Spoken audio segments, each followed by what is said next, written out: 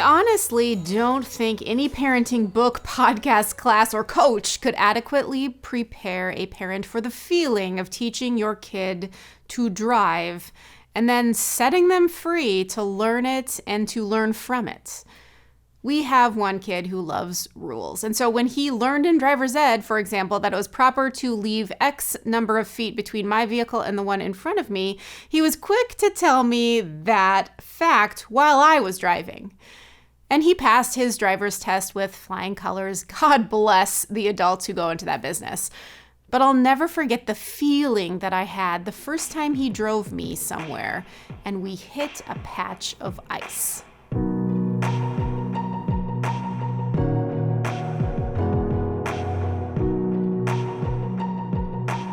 Now, maybe this feeling I had when my son hit a patch of ice is different from any feeling you'd experience if you grew up in the frozen tundra of places like northwestern Minnesota. But I grew up and therefore learned to drive in Iowa.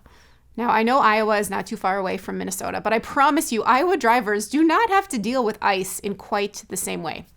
So when my sweet 16-year-old made a turn from our neighborhood onto a busier road, the morning after a snowstorm, I did my best to channel some of the best parenting advice that someone gave me. Don't freak out. Don't freak out. Now, I should tell you that he just slightly fishtailed on the ice when he made the turn. There weren't a ton of cars around us, so I wouldn't call it a dangerous situation. But in that split second, I realized that if I would have totally freaked out, it wouldn't have done anyone any good. It might have, in fact, caused him to hit the brakes even harder, which honestly could have spun us into that ditch. It could have led him to more anxiety for the next time it was icy, when he really just needs to know what it feels like when you're on the ice to responsibly react when there's ice on the road. I don't want him to avoid driving on ice altogether. And I'd rather, to be honest, have him figure that out with me by his side than on his own. This wisdom of not freaking out in parenthood is for sure easier said than done.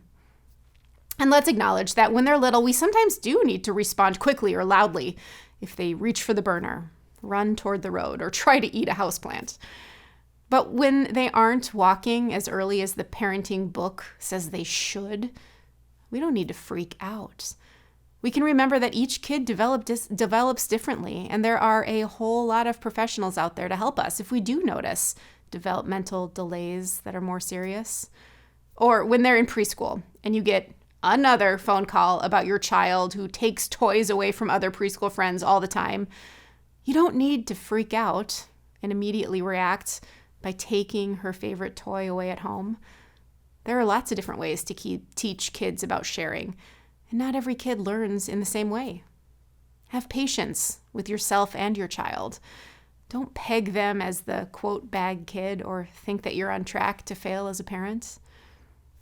Or when they reach elementary school and they get caught cheating on a test, don't freak out. It's possible to respond with love and to acknowledge the seriousness of the situation. It could lead to conversations about times when you have made mistakes and have had to face consequences, but then to model what it means to be honest both at school and home. Or when they're in middle school or high school and you see the snap that gets circulated, or the text message with language that you have never heard your child say out loud, don't freak out. Take some time to learn about who they're interacting with online. To talk openly with your child about the ways we honor the people around us through our words, spoken and written, and that those words do stick in people's hearts and minds even if they disappear from an app. And yes, follow through with discipline if it's needed to keep everyone safe. But remember that during this phase of adolescence, your moments of freaking out might cause them to shut up altogether. And cutting off the conversation with your teens is not what anyone wants. And when they're off in college or living on their own, and suddenly they tell you they aren't so sure whether they even believe in God anymore, don't freak out. Remember that doubt is a normal part of being a human. In fact, doubt is pretty powerful, actually. It means that you've raised kids who are willing to think for themselves, to question the status quo, to wrestle with hard issues. Let them know that you are there to ask questions with them, to share times when you have also doubted, and to be that safe landing place for them in the midst of their doubts. To commit to walking alongside them, no matter how long that season lasts. In the Bible, the book of Jonah, it's a really short book. It's only 4 chapters.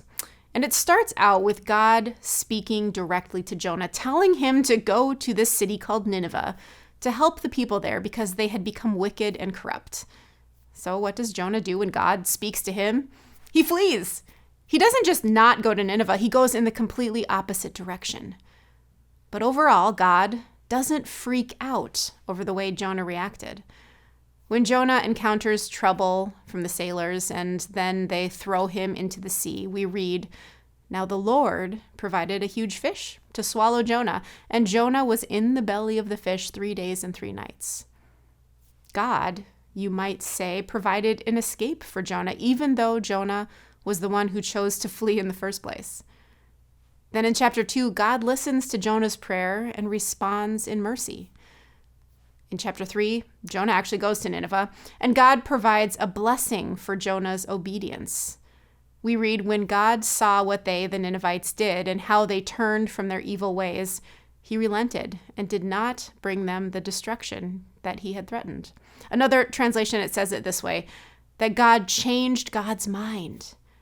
And here's the other thing to know about this particular book in the Bible. This action by God, changing God's mind, it would have been unexpected by the Israelites. The people of Nineveh would have been seen as enemies to the people of Israel, and yet this book shows us that God's love and mercy is available to all people. To Jonah, who tried to move away from God, and to those Ninevites as well. So if we start by remembering that we have a God who is patient with each of us, who shows mercy to us when we mess up, and who promises to be with us through all of those learning moments in our life, what would it mean to look at those moments in our parenting journeys and to remember that freaking out doesn't help our kids, and it doesn't help us either?